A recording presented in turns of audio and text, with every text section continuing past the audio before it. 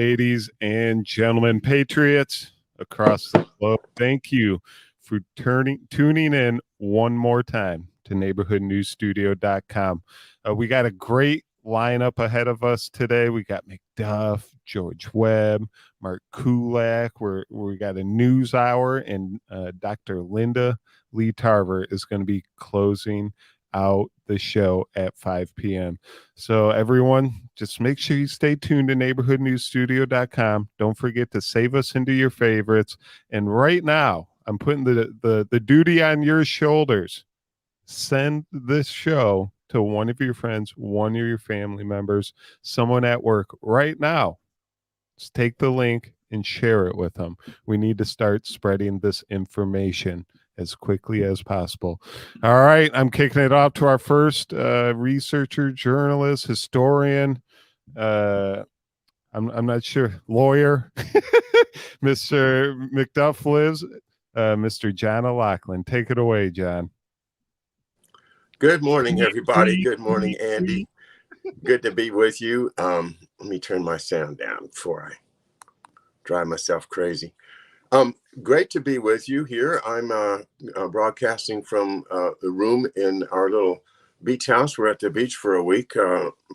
Drummer and Toto and me are down here, and I will take a walk outside maybe tomorrow, and let's just see where we're at here at the beach. But it's actually a pretty nice day. A little chilly, but very nice day. So good evening. Hello to everybody. I'm glad that you are here. I wish I could see the chat, but I'm just working with my iPhone today. So forgive me for not identifying each of you individually and thanking you.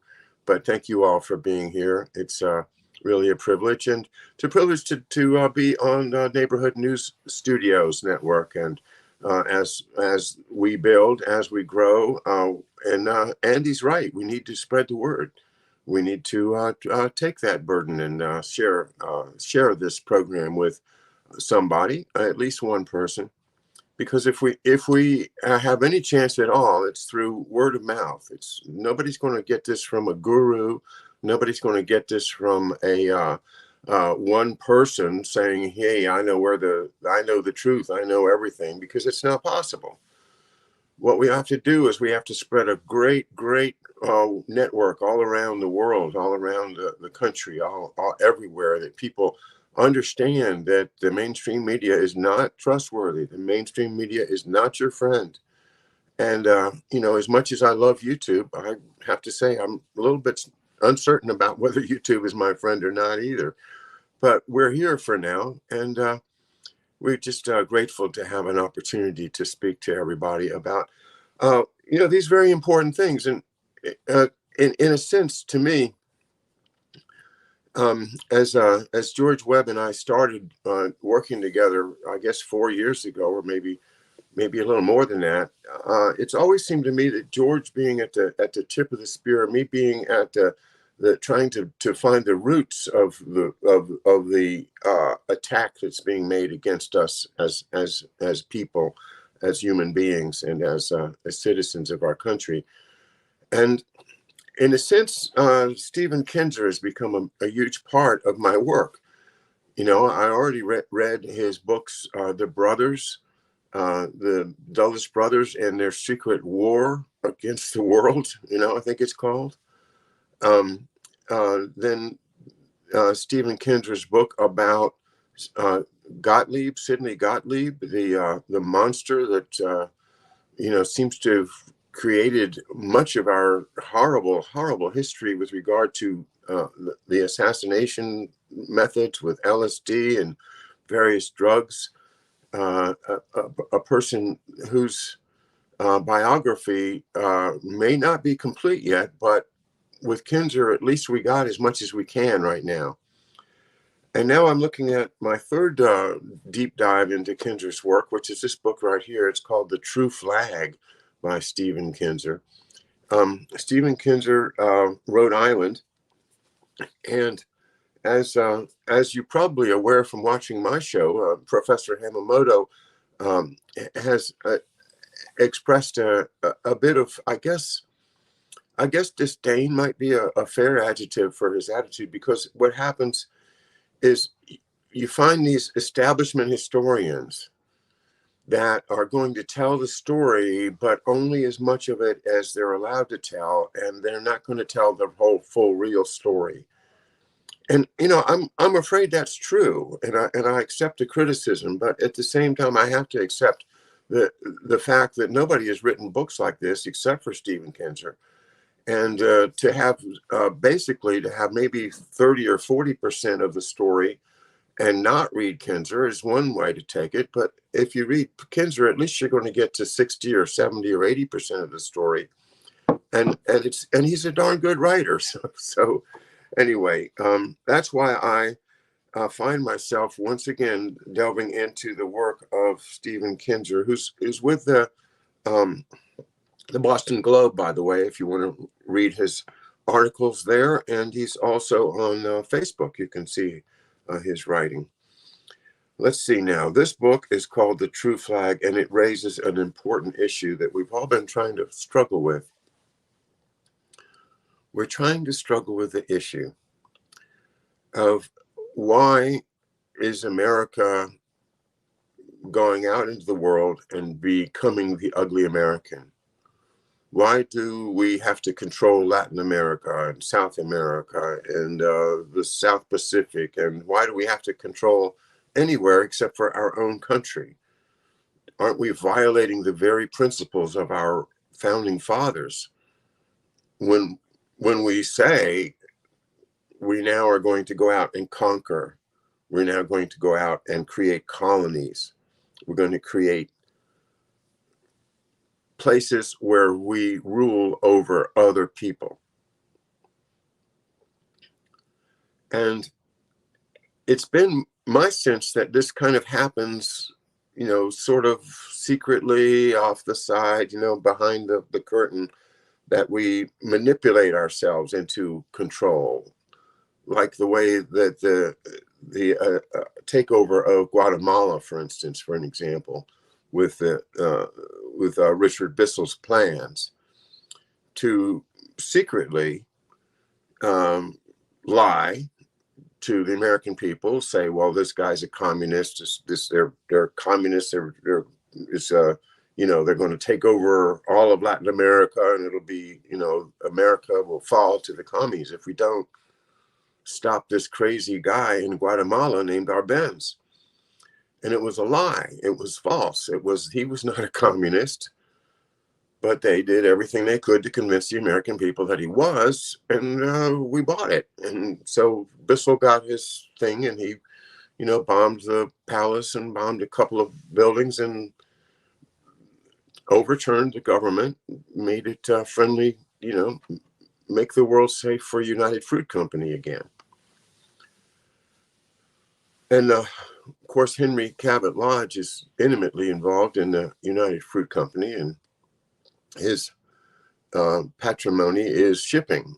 And he's with the oldest of the New England Brahmins.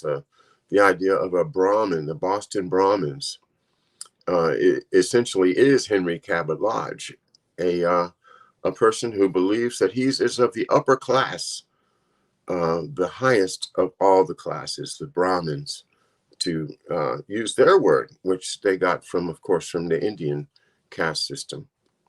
Pardon me.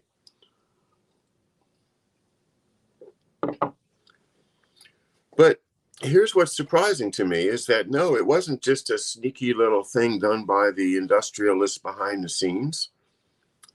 Congress approved it. And they had a real debate about it. And that's where I think I want to just jump into here with reading a little bit from the introduction to his book. This is Stephen Kinzer. How should the United States act in the world? Americans cannot decide. For more than a century, we have debated with ourselves. We can't even agree on the question. Put one way, should we defend our freedom or turn inward and ignore growing threats? Put differently, should we charge violently into foreign lands or allow others to work out their own destinies? Our enthusiasm for foreign intervention seems to ebb and flow like the tides, or swing back and forth like a pendulum. At some moments, we are aflame with righteous anger. Confident in our power, we launch wars and depose governments. Then, chastised, we retreat until the next cycle begins. America's interventionist urge, however, is not truly cyclical. When we love the idea of intervening abroad and then hate it, we are not changing our minds. Both instincts coexist within us. Americans are imperialists and also isolationists. We want to guide the world, but we also believe every nation should guide itself. At different times, according to circumstances, these contrary impulses emerge in different proportions. Our inability to choose between them shapes our conflicted approach in the world. Now, I find that to be completely wrong and offensive as an American, because the country I grew up in is the country in which we have these ideals of individual rights. And we take our Declaration of Independence as our model of human virtue. Our idea is that all men are created equal. And we have certain inalienable rights: life, liberty, pursuit of happiness. So the subject of this book, The True Flag, and which flag is the true flag, is the fight between people who believe, as I believe, and I think as you believe, and most Americans in their hearts believe, that we are good people. We don't want to destroy other people's lives, cause wars, intervene in their development of their culture and their futures. We don't want to do that. And so when Kinzer says, well, we want to do both. We want to, he's speaking to us as citizens. And here's where I think the problem is that Kinzer is looking at it as if the United States is one body, as if we're all like part, like some big human of which we all are a part. And so we're of two minds about something, but we come to a decision. This big American character, you can even put the striped pants on him and the big top hat and the stars and stripes all over him if you want to. This big character. And that seems to be the way that Kinzer can justify what's really going on, but it's a false justification, in my opinion,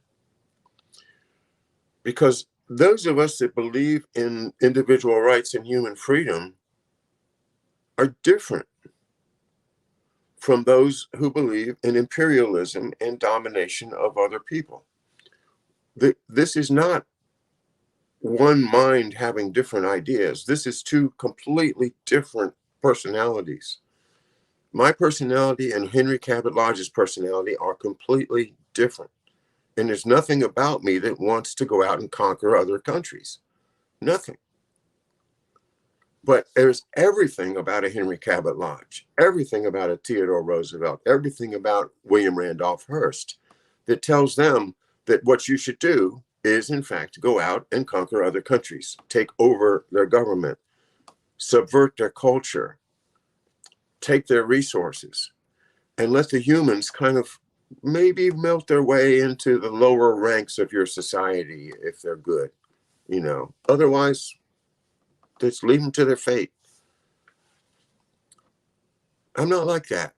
And I don't like to be associated with that type of mentality. And I don't think most Americans would gladly say, oh, yes, we were the imperialists that conquered the Philippines and Cuba and Hawaii and did all of this for the betterment of mankind. No, I don't believe it. And I don't think that's the American way.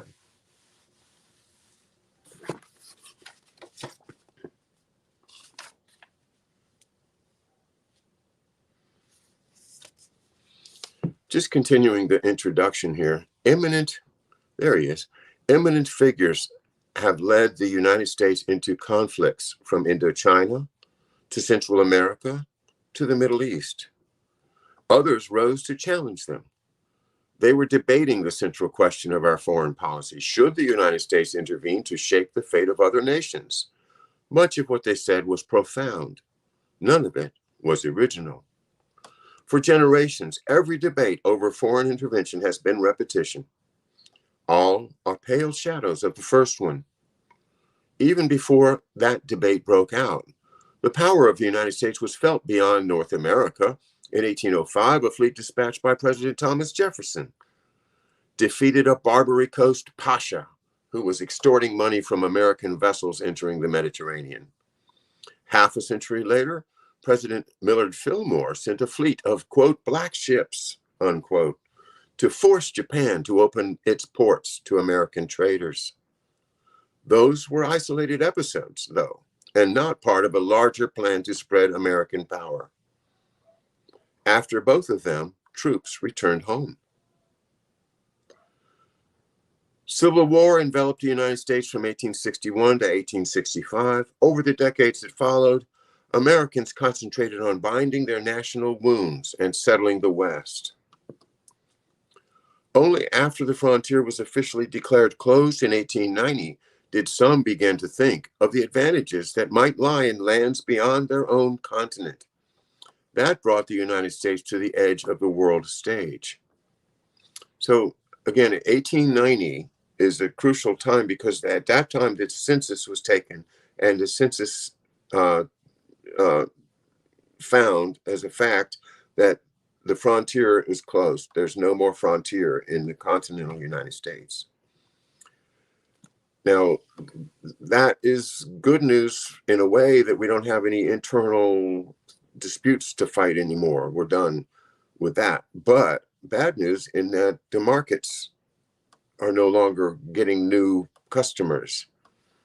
And that is the essential economic question that's behind all this, is how do we keep our economy busy? How do we keep it growing? And if we stop growing, then we then collapse? I think that's kind of the problem, is that these people put themselves in a position where they had to keep growing. If they didn't keep growing, then their banks, their businesses, everything else might just collapse on them.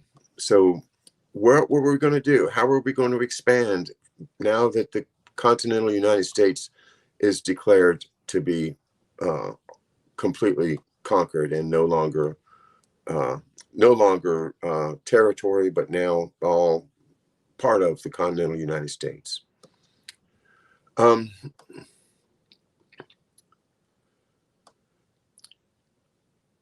1898, Americans plunged into the farthest reaching debate in our history. It was arguably even more momentous than the debate over slavery because its outcome affected many countries, not just one.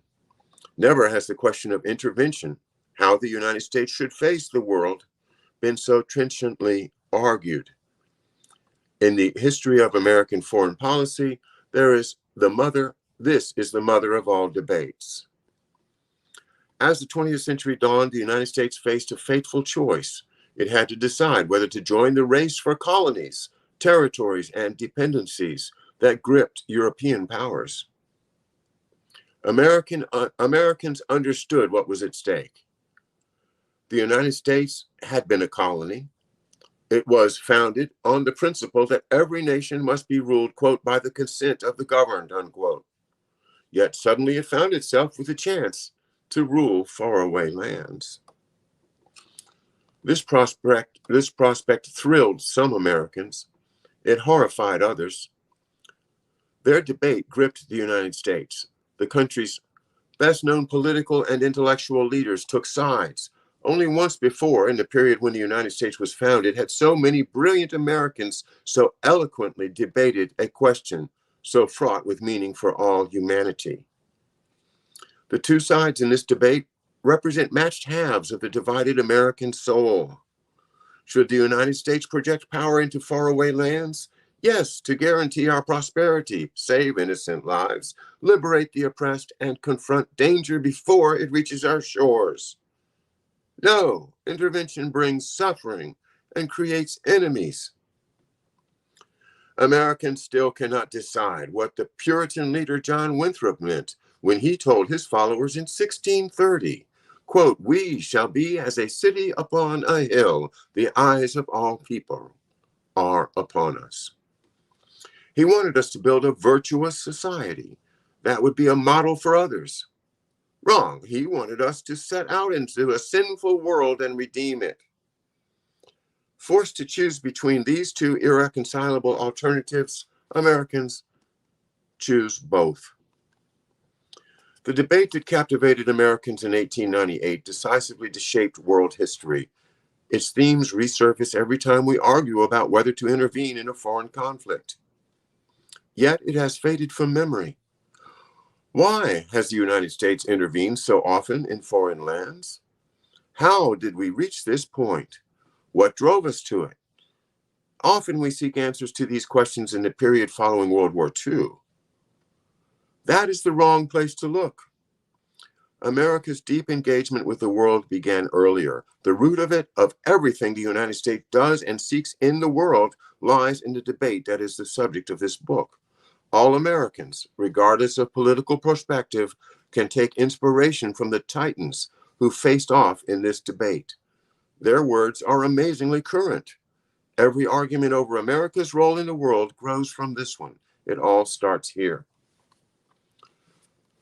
Well, that's the conclusion of his introduction, and I think it's interesting to consider his comments about John Winthrop. We shall be as a city upon the hill, the eyes of all people are upon us. Well, I think that's clear that what he's saying is we are going to build a virtuous society, and then when the world sees us, they'll all say, wow, we want to be like that. Right? That's the grade school understanding of it. But Kinzer, he puts an opposing understanding in which he says, wrong, he wanted us to set out into a sinful world and redeem it. And that's a debate that's perhaps still going on. What did Winthrop mean? But I don't think there's any real question about it. He meant that we are going to create, the Puritans are going to create in New England and in Massachusetts a virtuous society.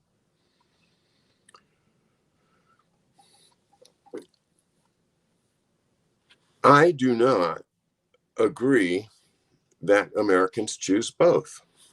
I think what happens is the powerful figures in America, one gang of powerful ones, with Henry Cabot Lodge and the Republicans, and another gang of powerful ones with the Democrats, will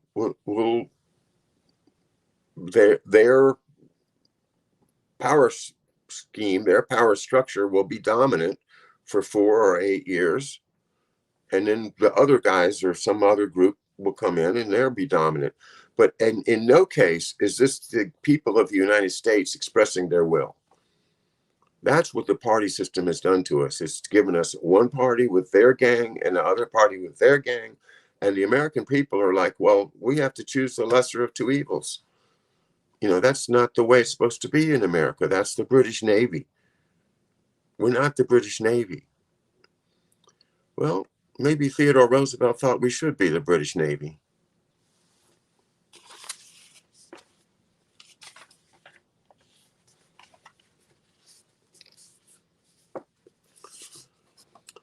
Chapter 1, White and Peaceful Wings. Where better to launch a patriotic uprising than Faneuil Hall in Boston? colonists had gathered amid its Doric columns to protest the Boston Massacre and plot the overthrow of British rule. Abolitionists had denounced slavery from its stage. It is a lodestone of American liberty, a cathedral for freedom fighters. That's Faneuil Hall in Boston, Faneuil. And I don't know how they get from that spelling to that pronunciation, but that's it. And of course, it's one of the most famous places in America, in Boston. So this is where this speech happens. That is why a handful of eminent Bostonians chose Faneuil Hall as the place to begin a new rebellion on the sunny afternoon of June 15th, 1898. Like all Americans, they had been dizzied by the astonishing events of recent weeks. Their country had suddenly burst beyond its natural borders. American troops had landed in Cuba. American warships had bombarded Puerto Rico. An American expeditionary force was steaming toward the distant Philippine Islands. Hawaii seemed about to fall to American power. President William McKinley had called for 200,000 volunteers to fight in foreign wars. Fervor for the new idea of overseas expansion gripped the United States. This appalled the organizers of the Faneuil Hall meeting. They could not bear to see their country setting out to capture foreign nations. That afternoon, they rose in protest. You didn't know this, did you? I never knew this. Several hundred people turned out. Quote, on all sides could be seen the well-known faces of leaders of good causes among us, one newspaper reported. According to another, quote, nearly all the settees on the floor were filled, while the benches in the gallery were well fringed with ladies. At 3 o'clock, Gamaliel Bradford, a prominent civic leader and proud descendant of the Pilgrim governor, William Bradford, called the meeting to order. His speech was both a warning and a cry of pain. Over the past year, Americans had grown enraged by the harshness of Spanish colonial rule in Cuba. Most cheered when Congress declared war on Spain. They were thrilled when President McKinley sent troops to help Cuban revolutionaries fighting to expel the Spanish. Before long, though, some in Washington suggested that instead of allowing Cuba to become independent, as promised, the United States should take the island and rule it. Then they began talking of seizing Puerto Rico and even the Philippines. Imperial fever had broken out and was spreading. This stirred the Bostonians to bitter protest. Quote, we are not here to oppose the war, Bradford told the Faneuil Hall crowd. We are here to deal with a far graver issue, to insist that a war begun in the name of humanity shall not be turned into a war for empire, that an attempt to win for Cubans the right to govern themselves shall not be made an excuse for extending our sway of alien peoples without their consent. We are to be a world power, but the question is whether we shall be a power for beneficence or malfeasance. Everything is against the policy of conquest. The next speaker was another New England patriarch, Charles Ames, a theologian and Unitarian pastor who had traveled the world promoting humanitarian causes.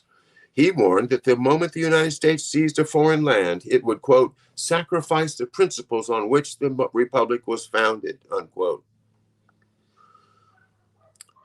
The policy of imperialism threatens to change the temper of our people and to put us into a permanent attitude of arrogance, testiness, and defiance toward other nations.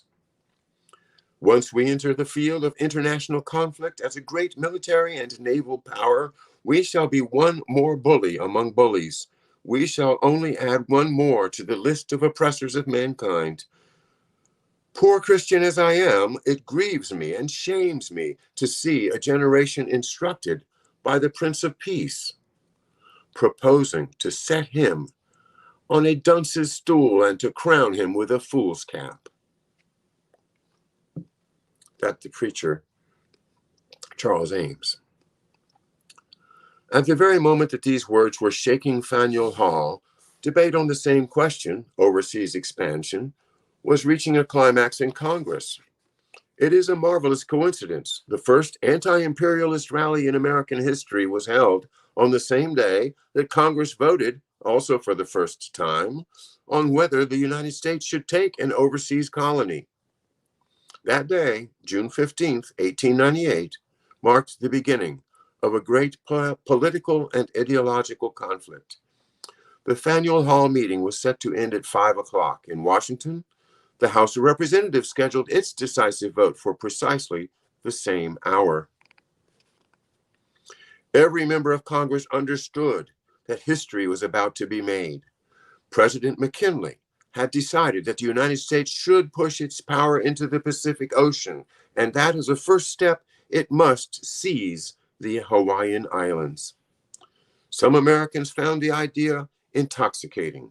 Others despaired for the future of their country. One of them was the Speaker of the House, Thomas Reed, a figure so powerful that he was known as Czar.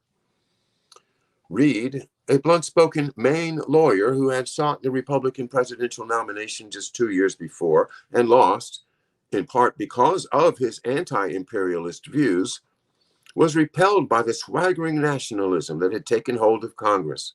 Annexing Hawaii seemed to him not simply unwise, but absurd. He told a friend that the United States might as well annex the moon. So deep was Reed's anger or depression that he could not bring himself to preside over a vote that might lead to annexation. On the morning of June 15th, he sent word that he would not appear. Empire was the traditional way for rising states to expand their power, and in 1898, the American military had the means to make its imperial bid. Yet the United States had been founded through rebellion against a distant sovereign.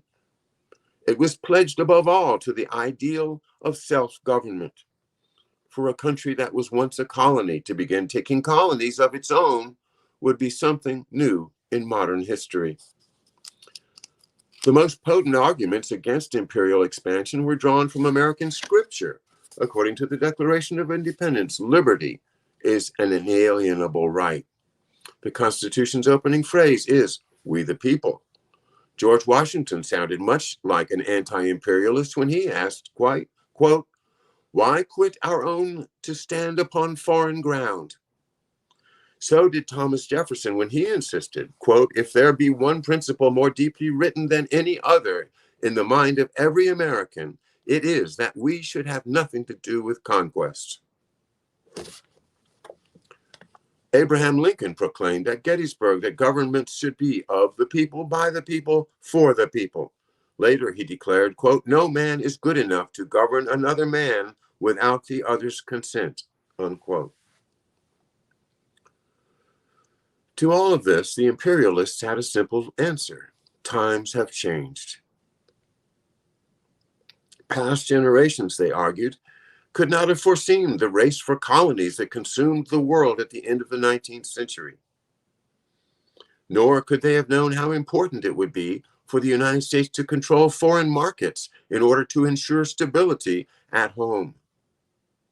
In 1863, Lincoln himself had admitted that the dogmas of the quiet past are, quote, "inadequate to the stormy present." The same principle expansionists argued applied in 1898. One of Speaker Reed's deputies gabbled the House of Representatives to order at midday on June 15th. The debate began with due gravity.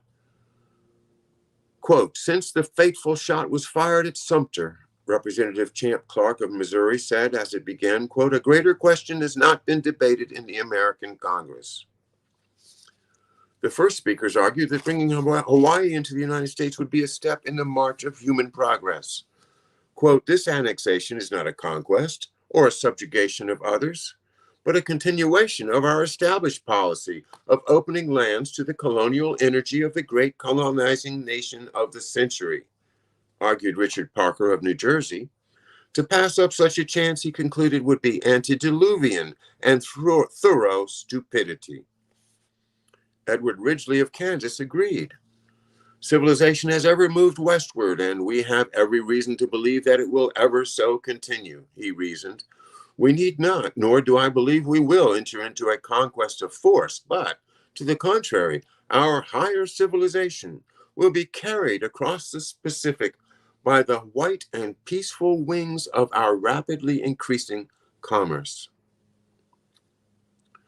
The white and peaceful wings of our rapidly increasing commerce.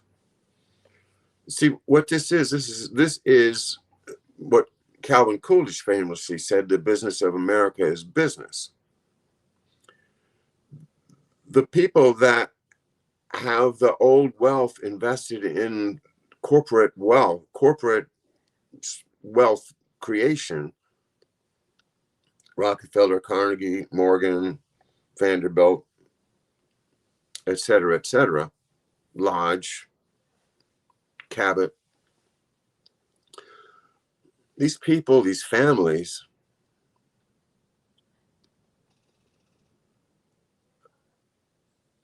are acting as if they are America.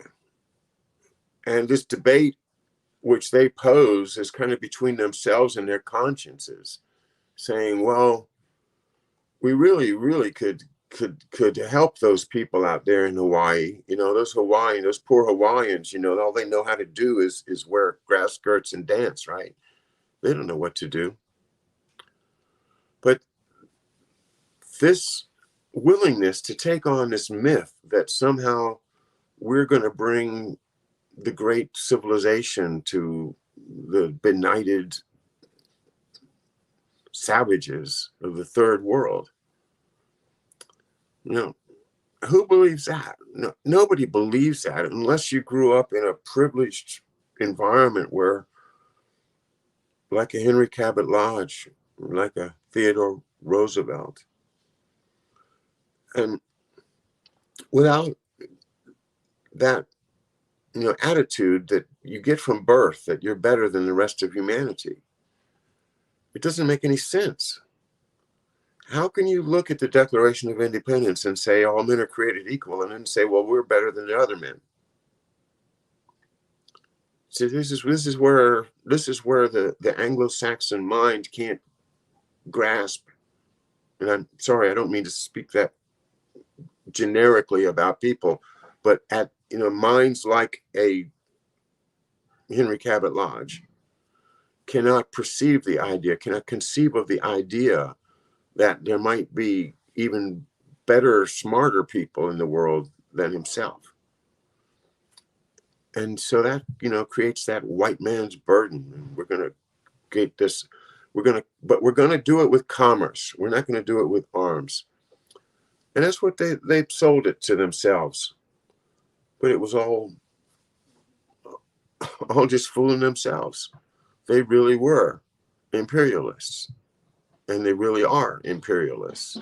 And they really have taken, the goodness of the American people and abused us, turned us, as making it look as if Kinzer, their apologist, wants us to be all responsible for what these imperialists have done.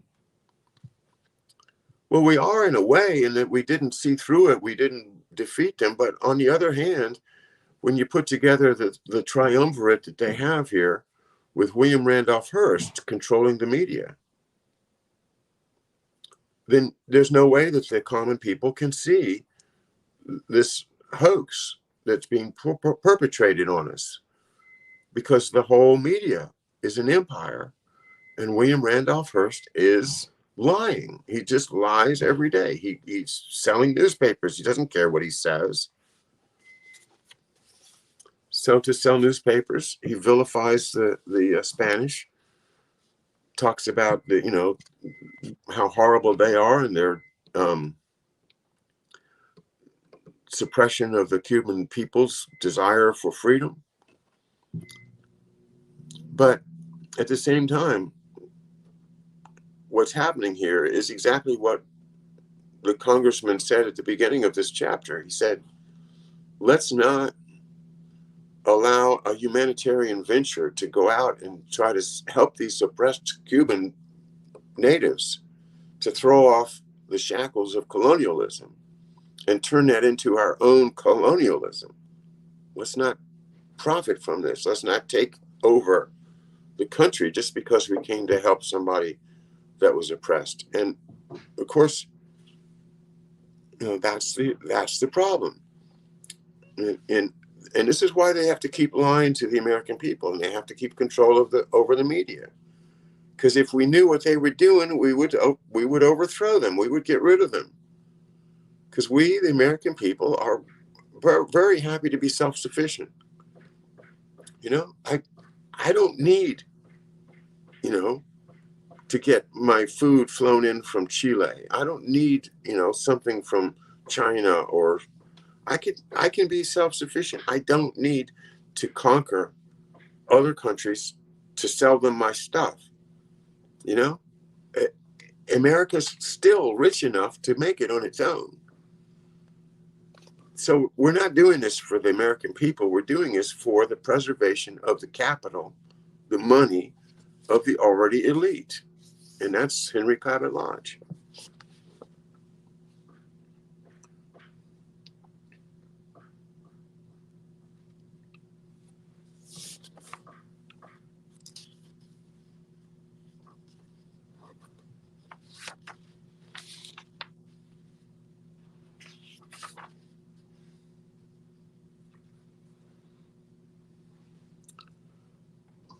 There's a number of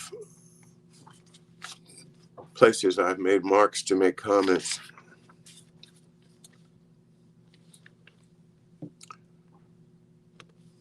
Here's an interesting quote from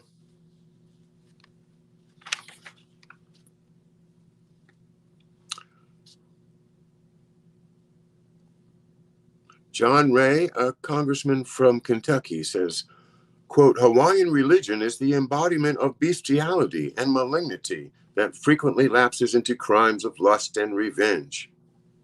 Reported John Ray of Kentucky, quote, the various legends of their gods abound in attributes of the most excessive animalism and cruelty. Lewdness, prostitution, and indecency are exalted into virtues. There exists today upon those islands, Mr. Speaker, a population, for the most part, a mixture of Chinese with the islanders, thus making a homogeneous whole of moral vipers and physical lepers, unquote.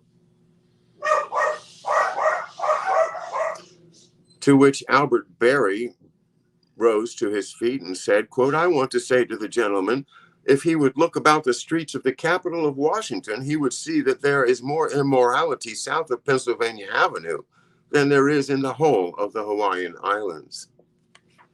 South of Pennsylvania Avenue, quite a lot of houses of ill repute in Washington, D.C. And we can read about that sometime, but that's a story, again, that people don't talk about.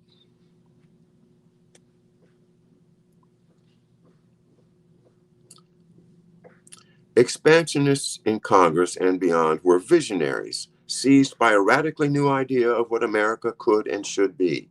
They saw their critics as standing in the way of progress, small-minded, timid, paralyzed by fears, maddeningly unwilling to grasp the prize that history was offering.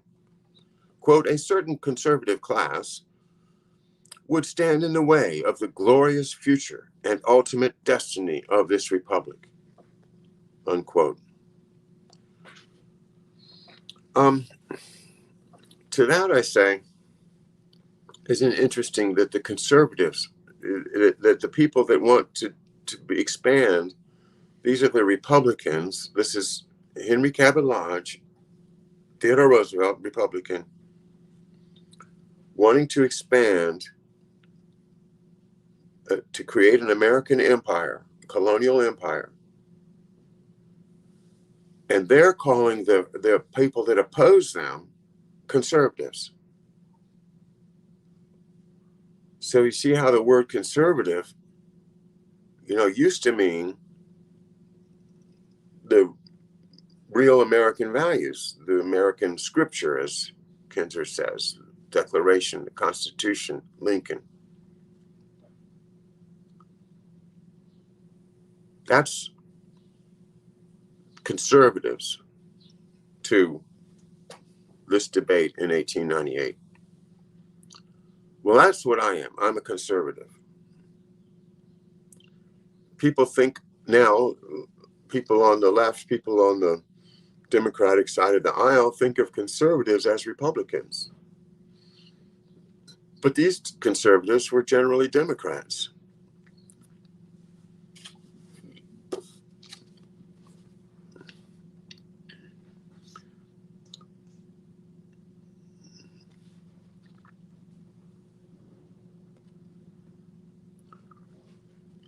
We are treading on dangerous ground, warned Adolph Meyer of Louisiana.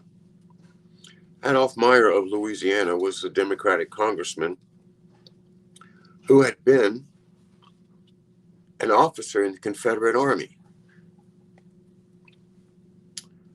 I looked him up. I said, well, that's an interesting name. Adolph Meyer, a congressman in 1898. Adolf, of course, sounds German. Meyer sounds Jewish. Why do we have a German Jewish congressman from Louisiana in 1898? Well, I looked him up, and it's true. He really is. And,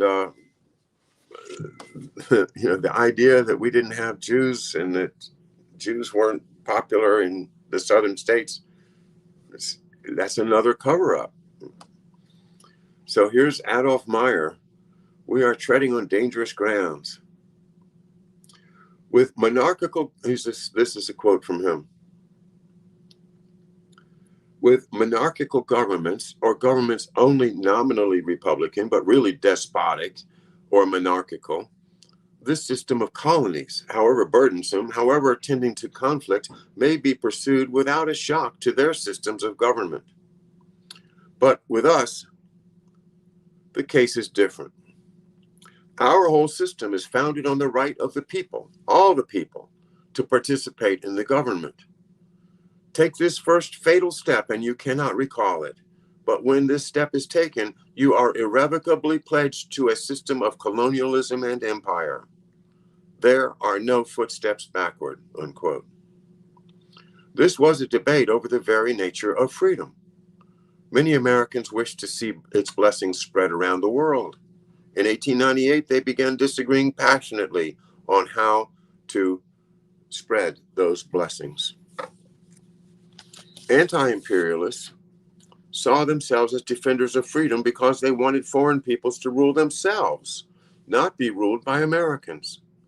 They saw the seizure of faraway lands as blasphemy against what Herman Melville called the great God absolute, the center and circumference of all democracy, his omnipresence, our divine equality, unquote.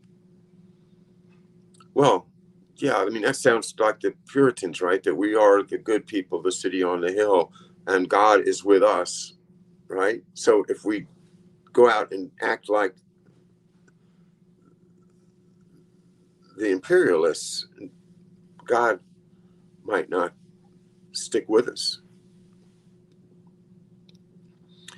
Expansionists found this preposterous. They believed that concepts like freedom, equality, and self-government had meaning only for developed, responsible nations. That is, nations populated and governed by white people. Others, they asserted, were too primitive to rule themselves and must be ruled by outsiders. By this logic, dusky lands could only be truly free when outsiders governed them. That's logic for you, right? You can only be free if I govern you. Can you believe this?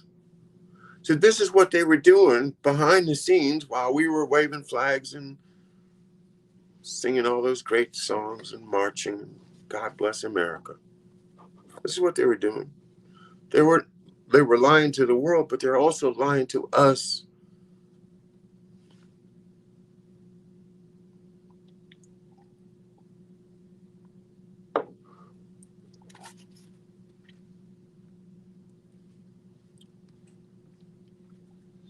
If natives did not realize how much they needed foreign rule and resisted it, that was further proof of their backwardness. Well,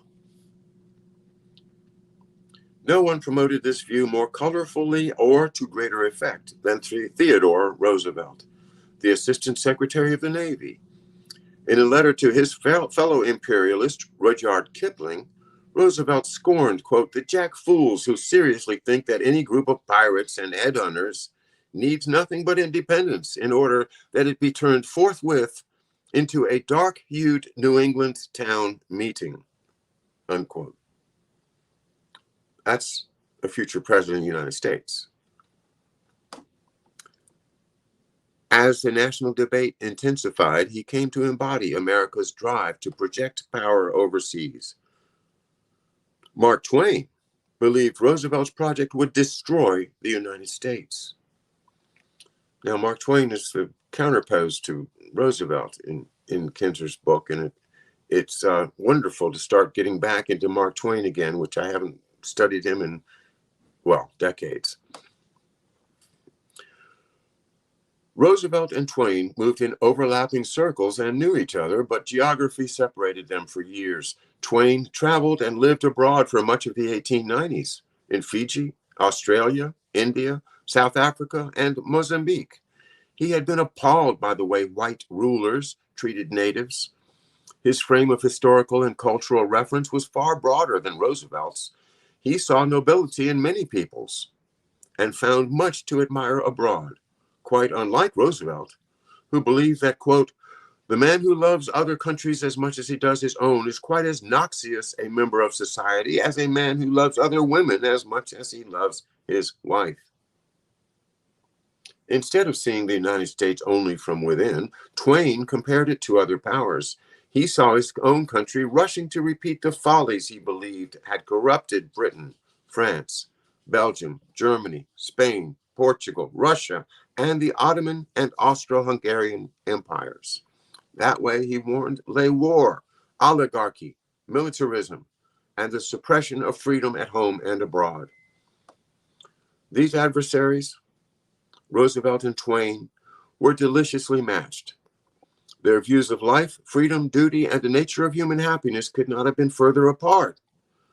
World events divided them even before their direct confrontation began.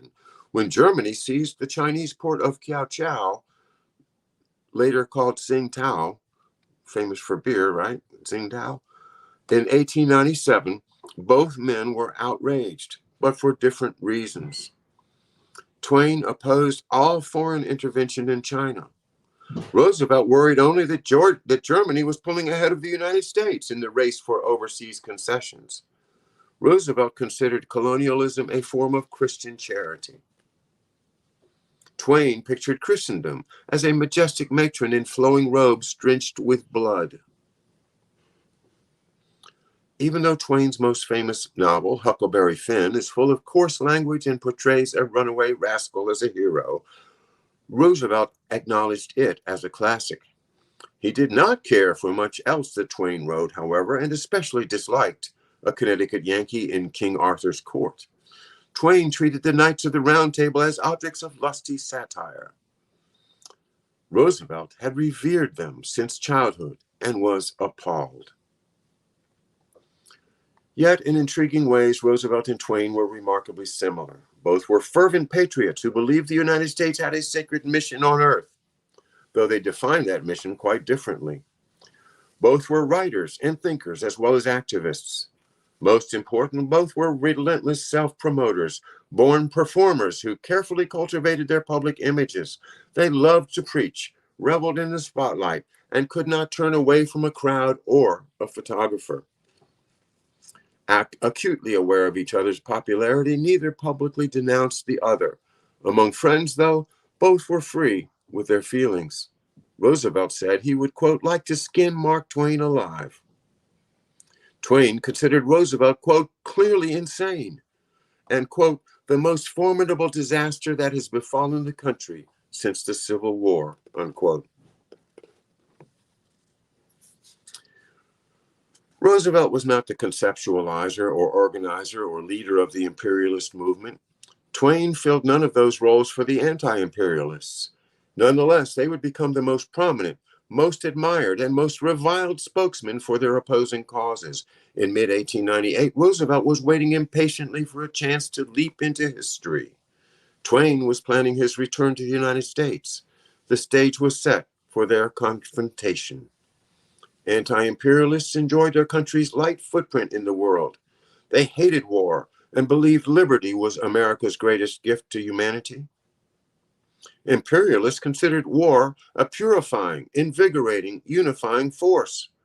In their imagined future, humanity would be guided by a virtuous United States and disciplined by American military power. National unity, race, the meaning of liberty, the place of the United States in the world and in history. All of these grand themes shaped the debate that gripped Americans in 1898. At stake was nothing less than what kind of nation the United States would be in the 20th century and beyond.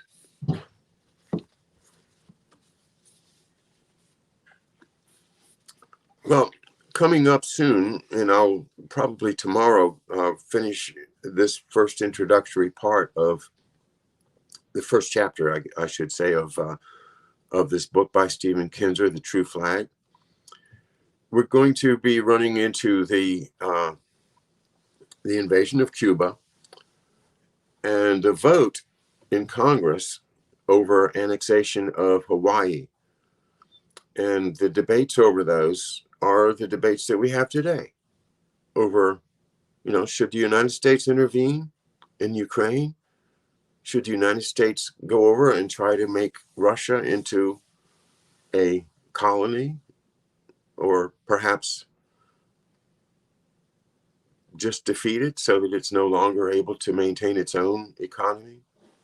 Should we do that in order to keep spreading liberty through the world? Or should we take care of our own people first? Address the huge problems in this country of poverty and inability to make a living, to be self-supportive, to be free. Well, those are my thoughts this morning. I'm so glad to be able to have you with me and share these thoughts with you. And I look forward to getting back together with you tomorrow at 11 a.m. Eastern Time from our undisclosed location here on the east coast of North Carolina. And with that, Andy, if you are available, I'll turn it back over to you. All right, ladies and gentlemen, thank you once again to John OLoughlin for kicking off the week. He kicks off every day for us at Neighborhood News Studio, and he does a fantastic job just setting the tone for the rest of the day. And here is his website, screamingospreys.com. Make sure you go here and you can find all of John's past video archive. You can watch the ospreys grow in the nest. There's all of his work, his past archive. It's been taken down off YouTube, and it's all cataloged here on his website. Interviews, book readings, research, and just general chats. And you can purchase the book he wrote about his father, Macduff Lives, The Life and Untimely Death of Thomas F. O'Loughlin Jr. That's all available at screamingospreys.com. And all right, ladies and gentlemen, we are going to be switching gears here. Everyone on Macduff Lives, the YouTube channels, his Facebook page, make sure you head on over to neighborhoodnewsstudio.com and catch George Webb coming up at noon. We got Mark Kulak at 2 p.m. We got News Hour at 4 p.m. and Dr. Linda Lee Tarver at 5 p.m. all at neighborhoodnewsstudio.com. See you guys over there. I'm kicking